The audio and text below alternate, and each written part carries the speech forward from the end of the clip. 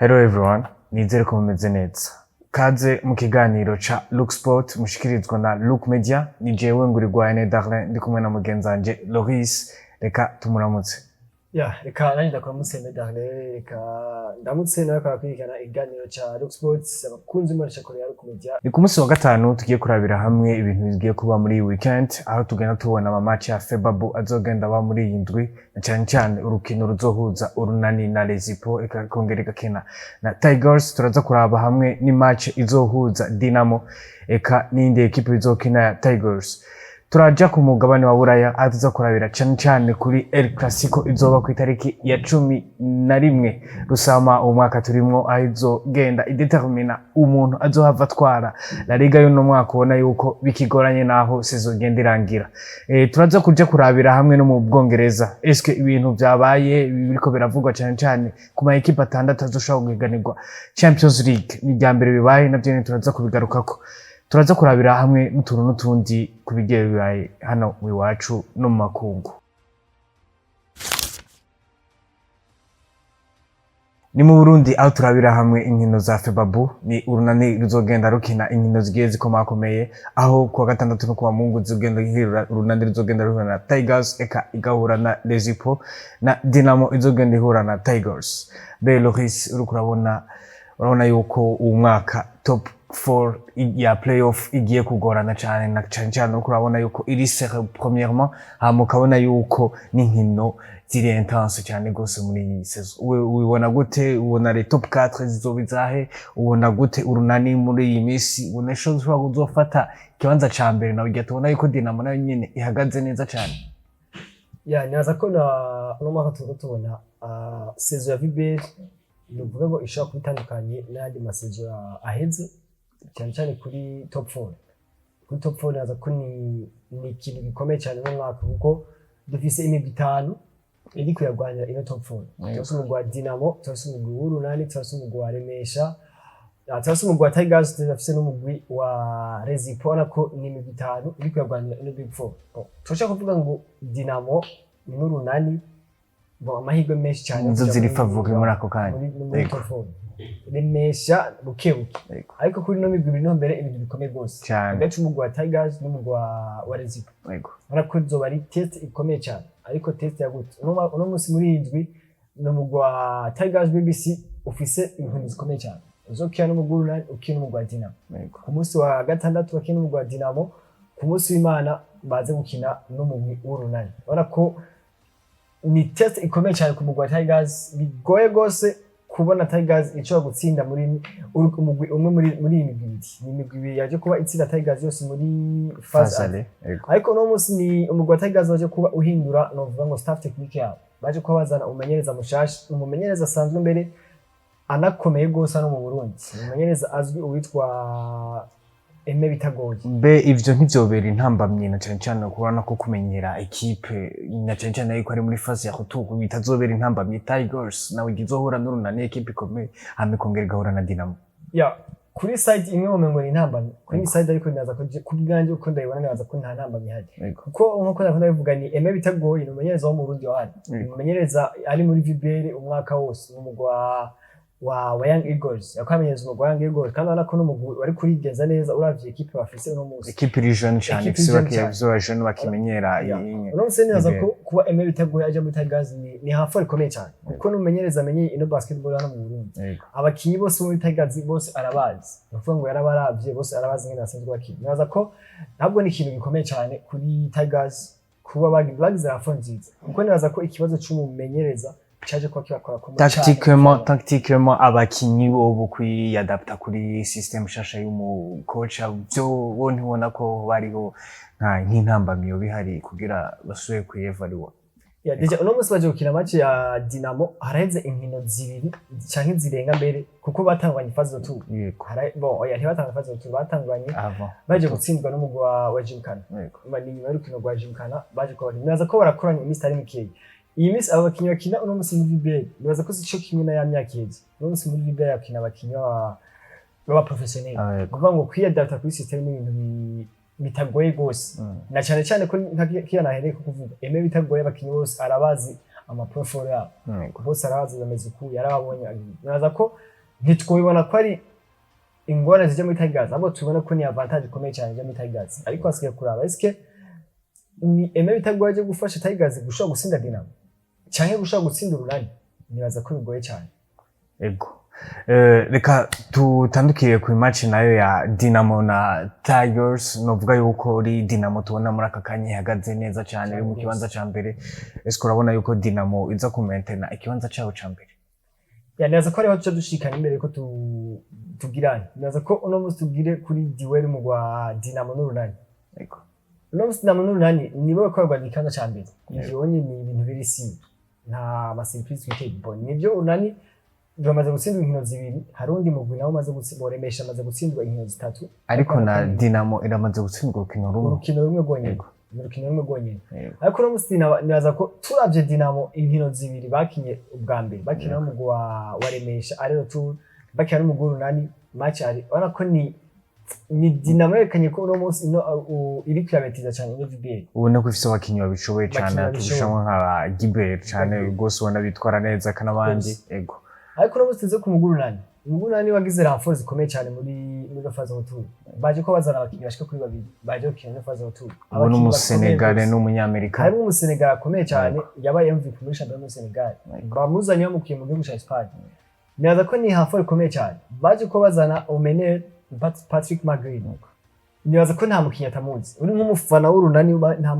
nta mukunzi wa basketball mu Burundi atamuzi uri nk'umufana w'Urunani ho uburi oblige kumenya cyane uburi oblige kuko atwa kubona uno musi bavuga ngo Dynamo ni equipe yonyine imaze gukina BAL mu Burundi nibaza ko Patrick Magrin arafise icyo yakoze muri kuko mu bantu berimenye Urunani batunya ni udashobora kuja muri BAL uno mwaka 2025 umukinyi nta mukinyi numwe w'umuntu nta mufana numwe w'Urunani cyangwa umukinyi atabona wewe n'ibindi bintu umufana wa basket wese ategerezwa kuba azi Patrick Magrin uno musi amuzanye avuye mu gwa Criol uherutse gukina BAL uno mwaka faze ya mbere barahejeje bakinye ntuzi parcours nziza ariko ku bibazo byabaye bavuga ko harimo ibibazo mu gwa wa Criol mu gusanzwe uva mu gihugu cya Kavera hamwe amafaranga atarishwi abakinyi batahembwe n'ibindi twaje ko tubona mbere yitwa Patrick Magrin kuri story ya Instagram yandika ati no pay no play kuvuga ngo mutampenge sinki ibyo bintu byumvikana cyane ugenda kubona ko aba professionnel baba bakerera yuko ama equipe agenda kurikiriza ama contrat yaba yasinye hagati yabo nico gituma rero Urunani gwace ruprofita ibintu ze rushobora kuzana so Patrick Magrin naza ko ni renfort ikomeye cyane ntitwavuga ko ni renfort bazanye ubwa ngo bashobore kurondera kino kana cyane muri BB ariko ni renfort aronte bon atari ronte me cyane ariko ni renfort y'Urunani muri sizi yose vision yawe no bane baza yuko ari BAL gushura gushika kure cyane gose no musi ni BAL niyo vision ariko uno musi naza ko objectif ya mbere ni playoff kwanza kuko nabo nyene hajya ko nawe koragiriza renfort bariteze ko na Dynamo ntabwo yicaye kuko turiteze ko muri playoff umugwa Dynamo nawe nyene amarafura zo menshi cyane nico gituma no musi nawe rutangiye kwitegura kirikari kugira ngo bashike muri ni avantage ikomeye ko abakinyi babazanya hakirikari ni naco kintu cyaje ko gifasha Urunani mu mwaka uretse kuko abakinyi benshi babakinisha saison régulière bariko Boissy Sibanyoni ndiko ndavuga mu Urunani Sibanyoni Boissy uwo Mohamed Doumbia bose barakiye saison régulière kandi baciye banshena na playoff no musero witwa Patrick Magrin no mu Senegal baje gukina saison régulière match nk'iya zisigaye bace banshana playoff ni avantage ikomeye ku Urunani par rapport mu gwa Dynamo nubwo wozana abakinyi bashasha muri mu playoff no musenaza ko tugiye kubona basketball iryoshe cyane ku munsi w'ejo twizere ko witwa Elvis Akizimana Gafyisi azoha umwanya witwa Patrick Magrin agatanga show ku bakunzi mu gwa Urunani ku bakunzi ba basketball ndio ni match za basket za VBL zibandanya ziba ku munsi wa gatandatu no ku wa Mungu tuyishikire nk'abafana benshi dushikire imigwi yacu dukunda reka dutandukire ku mugabane wa Buraya aho tugiye kurabira hamwe El Clasico equipe ya FC Barcelona izogenda mu mitwe na Real Madrid bese iyi match yo uyibona gute urabona yuko Real Madrid ija kugaruka ku nota rimwe cyangwa urabona FC Barcelona ija gukreza écart gashira kwa manota 7 Oje ku bwanje ko ndayibona ntarinjira mu detail nyaza ko ni urukino ruzohera FC Barcelona iguma isubya amanota ane mu Real Madrid nyaza ko zo ari match nyinshi bwanje ariko no musi urukino ruje muri context nyaza ko unoshobora kuvuga ko itandukanye ni FC Barcelona no mwaka yaradominye cyane Real Madrid mu El Clasico baho yarabatsinze muri finale yarabatsinze mu gikombe cy'umwami yarabatsinze muri La Liga muri match ari umva ni rero ni Barcelona uno mwaka yaradomye cyane mu Real Madrid ariko uno munsi ni match ije muri context itanovuga ishobora kwitandukanya na match ziheruka uno munsi ije FC Barcelona ihejeje kuba elimine muri demi finale ya Champions League novuga ko FC Barcelona ivanyisha byinshi n'ama espoir menshi yari ifise muri Champions League aho ni kuri side umuntu ashaka kubona ati avaye ku match ya Benfica turashaka kuvuga ati FC Barcelona izo ifise ishavu rikomeye cyane igomba guta ku mugore wa Real Madrid ariko kandi nta muntu reka kwiyumvira na Real Madrid ubona yuko ntiyoba igifise depression bon sinita depression ntiyoba igifise akantu mu mutwe nuvuga ngo kabakoye inguvu bivaye n'irya elimination yabo depression ndibaza yo bihari ku bakinyi bamwe ariko ndibaza ko umumenyereza Sifrik yagiye kwifata neza mu minwe arategura agapack ku munsi w'ejo akahuza abakinyi kana staff technique bavuga ko ari tape yari ikomeye cyane kugira abakinyi bashoboye gukontorona la page bashoboye kuyavansa bashoboye kubona yuko match yo kuwa Mungu ari match ikomeye cyane igenda kubahereza La Liga cyangwa ikayibima navuga ko na Real Madrid muri aka kanya nawe nyene nta espoir menshi ifise kubona itahukana ibikombe umwaka ariko La Liga iracabona ko iri jouable navuga yuko igiye gushamo inguvu nyinshi cyane gose kuri match no cyane yuko ubona yuko yatanguye no kumenasa umarbitre ibintu amaze imisi bakora ibintu atari byiza ku ishusho rya football yego boneza ko ibyo barbitre byo ni nta nari mu marbitre zo koma yemerwa hose FC Barcelona iratuka abarbitre Real Madrid iratwabo nibaza ko ni ibintu biri uko nyine ariko Real Madrid irafise nayo nyine iyindi novuga context izobatuma baza atari kwa kundi bahora muri America atandukanye uno munsi nabonye bashaka kubishaka mu twati FC Barcelona yashoboye kuba eliminer peut-être ko arakantu bazoba kazoba mu mutwe matarama kazoba kaganje ariko kandi no munsi Barcelona yasubye amanota ane muri nane ariko na Real Madrid wibuke yuko ifise novuga yuko inyuma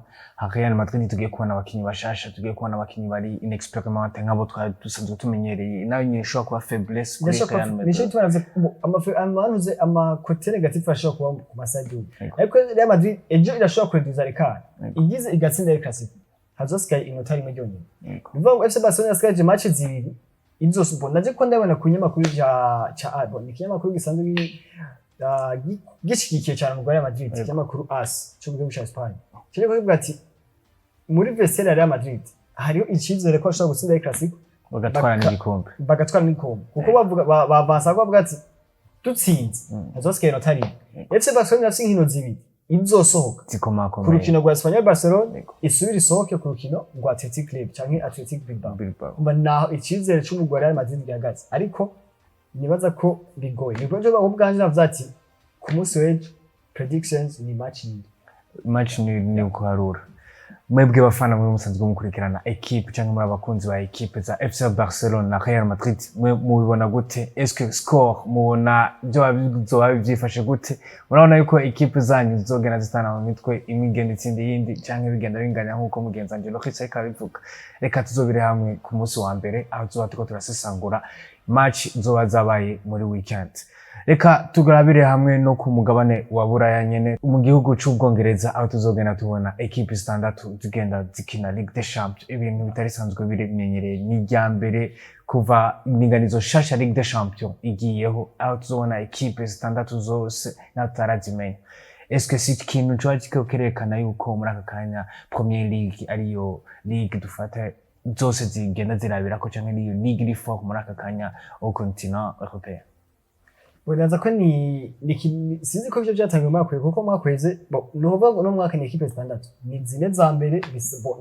nkuko bisanzwe menyereye hari la equipe izosoka kubera coefficient UEFA kuvuga ngo muri coefficient UEFA hari ukuntu batanga equipe supplémentaire baravye classement ya ligue y'ikindi nibuka ko mu mwaka uheze equipe ya Alliance Favela ariyo muri Bundesliga Bundesliga ni yasohoye equipe yaronse imuzenya ya coefficient UEFA uno musi kandi hari equipe izoshaka gutwara igikombe cha UEFA Europa League final uno musi ni Sampusa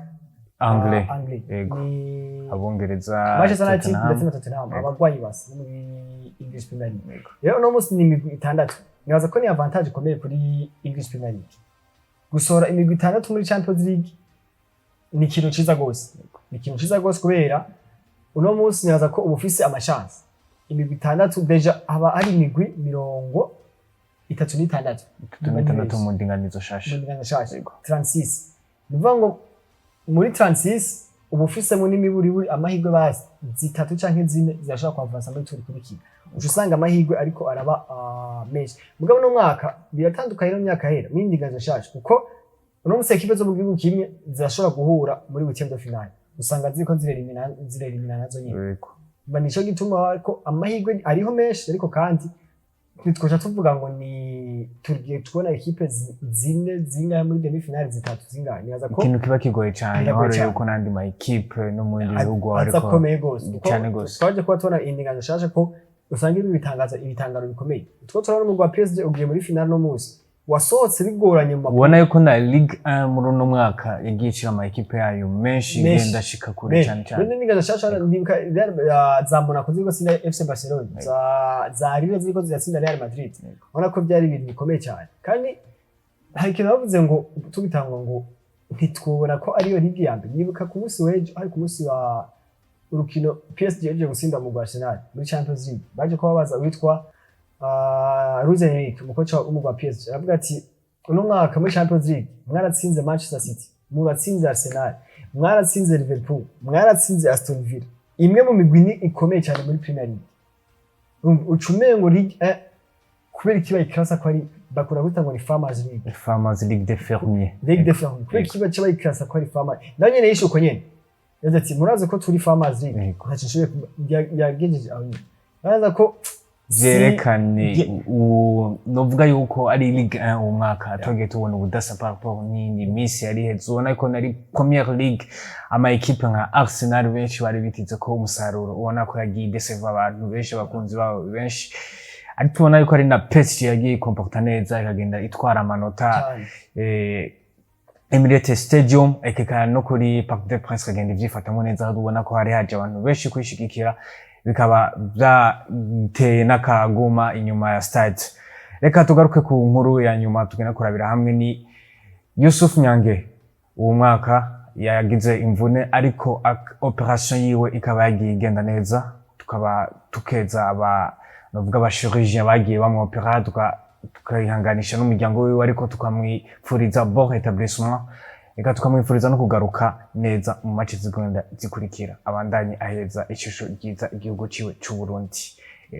Reka na tugarukirije reka turabashimiye mwebwe mwariko muradukurikirana reka dushimire na Loris Mugenzanje twafatanije mu kwashikiriza ikiganiro. Ndagushimire reka nshimira namwe bakunzi ba Rook Sports bakunzi ba Rook Media turifuza kubandanya mukurikirana ibiganiro vya Rook Media atari Rook Sports gusa ariko ibiganiro byose bishikirizwa n'imbonesha kure ya Rook Media naho utaha.